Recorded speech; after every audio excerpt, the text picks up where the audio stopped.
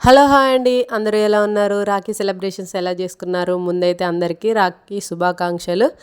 ఇంక నేనైతే మా ఇద్దరు అబ్బాయిలకైతే రాఖీ కడుతున్నాను. నాకు కూతురు లేదు కాబట్టికి ఇంక నేను ఫస్ట్ అయితే నా పిల్లలకైతే రాఖీ కడుతున్నాను. నేను ఈరోజు రాఖీ కట్టలేదని మా తమ్ముడికైతే చాలా అంటే చాలా మిస్ అయిపోయా. ప్రతి ఇయర్ కట్టేదాన్ని పెళ్ళైనప్పుడు. చదువుకునే డేస్‌లో కట్టకపోయేదాన్ని. పెళ్ళైన తర్వాత అయితే ప్రతి ఇయర్ కడుతున్నా మా తమ్ముడికి. ఇంక ఈసారి మా తాత చనిపోవడం వల్ల రాఖీ అయితే సెలబ్రేట్ చేసుకోలేదు. నా ఇద్దరు కొడుకులు కూడా అలా ఫీల్ అవ్వద్దని నేనైతే నా ఇద్దరు కొడుకులకైతే రాఖీ కడుతున్నాననమాట. తల్లే దైవం కాబట్టికి ఫస్ట్ ప్రియారిటీ నేనే తల్లిని. అందుకని ఏ లోటు లేకుండా చూసుకోవడం నా బాధ్యత కాబట్టి నా పిల్లలకి అక్క చెల్లి లేదని బాధపడద్దు. ఎవ్రీ ఇయర్ నేనే కడదామని అయితే ఇంకా కడుతున్నాను.